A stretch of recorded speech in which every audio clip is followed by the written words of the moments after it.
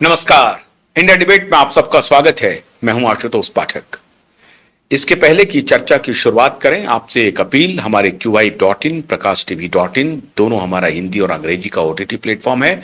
आप उसे जरूर लॉग इन करें और हमारे अन्य सोशल मीडिया प्लेटफॉर्म X और फेसबुक दोनों को फॉलो भी करें। चर्चा की शुरुआत करते हैं।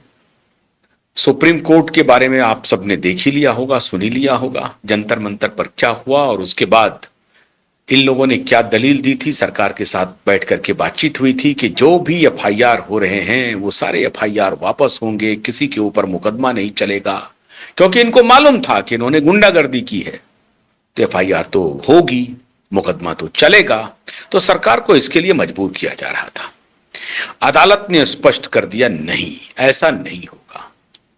जो क्रिमिनल एंटीसीडेंट्स वाले हैं, जिनका आपराधिक रिकॉर्ड है और वो यहां पहुंचे हैं, और अगर उन्होंने कोई गलती नहीं भी की है तब भी उनके इतिहास पुराने ऐसे हैं कि कुछ भी ये कर सकता है। उनके खिलाफ जो कुछ भी मामला है, फेस रीडिंग टेक्नोलॉजी के माध्यम से जिन जिन की फेस रीडिंग हुई है और जिनका क्रिमिनल एंटीसीडेंट है, उन सबके खिलाफ पुलिस की कार्रवाई होगी और वो वापस नहीं होगी।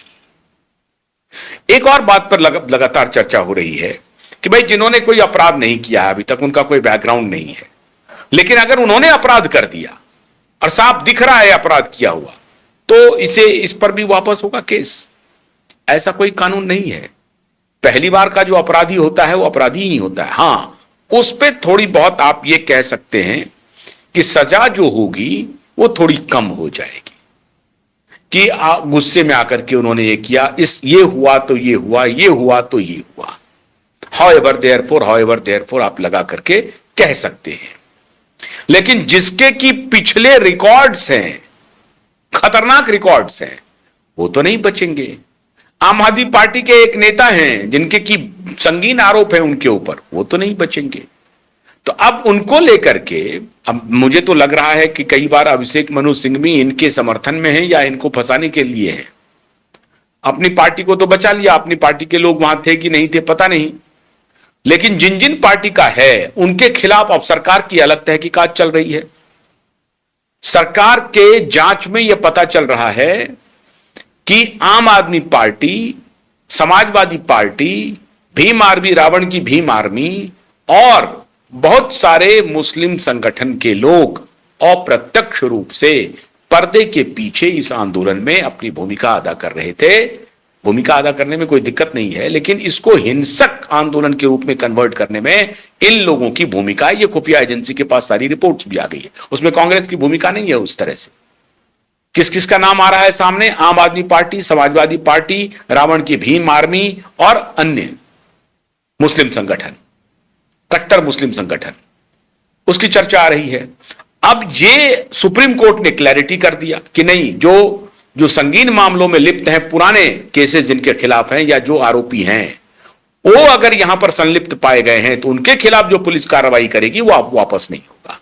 ठीक है, जो माइनर है, बच्चा है, उसके बारे में थोड़ा बहुत केस तो उनके ऊपर भी दर्ज होना चाहिए, वापस नहीं होगा। जो FIR हुआ है वो वापस नहीं होगा। हाँ ठीक है, उसमें सजा कम मिलेगी या उसमें एक ढील बरता जाएगा, उनको सुधरने का मौका दिया जाएगा। माइनर जो है उनको सुधरने का भी मौका दिया जाएगा। चलिए 18 बरस से जो नीचे है, लेकिन 18 बरस से जो ऊपर हैं, वो पहली बार भी अगर गलती किए हुए हैं, साफ साफ दिख रहा है कि वो हिंसक हुए हैं, तो हो सकता है कि उनकी पहली बार उनसे गलती हुई है तो हो सकता है सजा कम हो, लेकिन सजा तो मिलेगी। यह बात क्लैरिटी रख लेनी चाहिए।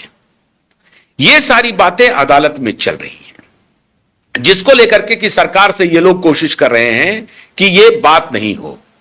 देखिए साहब, मुकदमा तो चलेगा दीपके के ऊपर और सौरभ दास के ऊपर और सलीम योगेंद्र जी के ऊपर भी चलना चाहिए।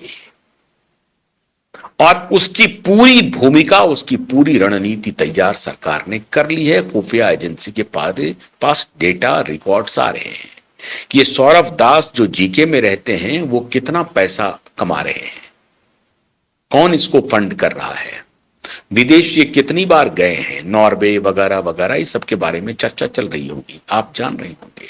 भारत की खुफिया एजेंसी सारा डेटा मुहैया करा रही है। लेकिन उससे भी बड़ा सवाल है इनकी धूर्तता का, इनकी झूठ का।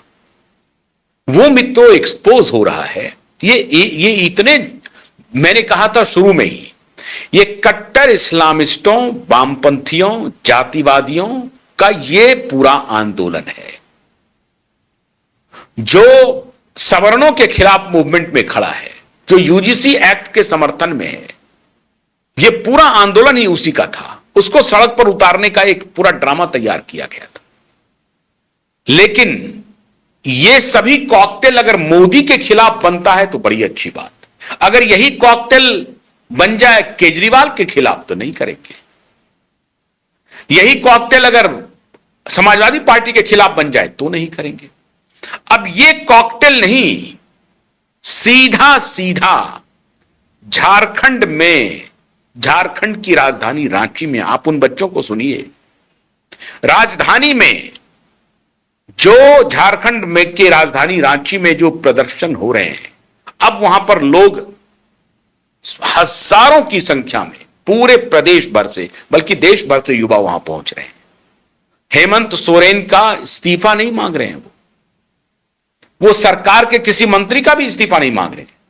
वो कह रहे हैं कि जेपीएससी की जो धांधली है और दूसरे सर्विस की जो धांधली है उसकी निष्पक्ष जांच करा लीजिए। 300 में से 299 अंक लाने वाले जो हैं उनको कुछ नहीं मिला, बाकी को मिल गया। इसका परीक्षण करवाने के लिए कह रहे हैं। हैरानी है। अब ये कितनी सत्यता है इस बात में, इसकी जांच तो जो जिस एजेंसी की जांच के लिए मांग की और जा रही है वो होगी। अभी जब इनकी धूर्तता एक्सपोज हो रही है तो इन्होंने देखिए ये वीडियो चलाया है। ये वीडियो आ रहा है और वो आशुतोष रांका और दीपिके का वीडियो वायरल हुआ होगा, आप सबने देखा होगा। लेकिन इसका भी विरोध हुआ है वहां पे। अगर आप ये ऑडियो सुनना चाहते हैं, ये वीडियो सुनिए, जरा सा सुनिए। ये फरार हो गया है सौरभ दास में तत्काल सीबीआई जांच करवाई जाए सर, क्योंकि राज्य के जांच एजेंसियां जो है वो किसी न किसी प्रेशर में, किसी न किसी दबाव में काम कर रही है, जिसके कारण सर जो है न्याय मिलना हम लोग को निश्चित नहीं हो पा रहा है सर। आज 9th दिन हो गया सर। सीजीएल के बारे में सर बता दें कि झारखंड राज्य के सभी युवाओं का सेंटिमेंट जुड़ा हुआ है सर। सीजीएल एक बहुत बड़ी बहाली था सर।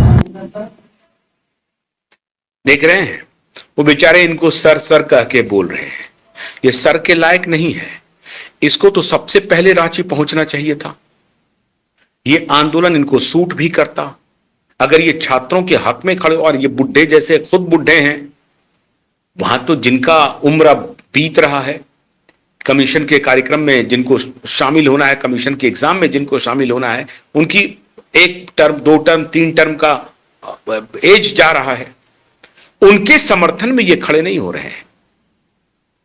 लेकिन नीट से उन्होंने माहौल बनाया। क्यों? क्योंकि यह षड्यंत्र तो पहले से किया गया था। नीट पेपर लीक की जो जांच हो रही है उसमें कांग्रेस पार्टी का कनेक्शन सीधा सीधा आया है और इसकी तहकीकात खुफिया एजेंसी कर रही है। आज कांग्रेस पार्टी के राहुल गांधी झारखंड के आंदोलन के साथ नहीं है खड़े। क्यों? क्योंकि ये पार्टनर थे वहां पर जेएमएम के।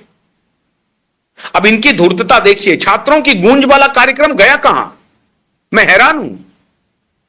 छात्रों की गूंज का कार्यक्रम ये तो गया से शुरू करने वाले थे, बोध गया से तो गया से ये रांची चले जाते। रांची जाकर के भी छात्रों की गूंज कार्यक्रम कर लेते। नहीं कर पा रहे हैं। क्यों नहीं कर पा रहे हैं? कौन रोक रहा है इनको? राहुल गांधी कौन है? प्रियंका गांधी कौन है? ये पप्पू यादव जो यहां पर नाटकबाजी कर रहे थे अभी, और यहां पर बच्चों के लिए कह रहे थे बच्चों के ऊपर लाठी चल रहा है, ये पप्पू यादव जो संसद में भगवा धारण करके भगवा का अपमान किया, ये पप्पू यादव उन छात्रों के साथ क्यों नहीं खड़े हो रहे हैं झारखंड में?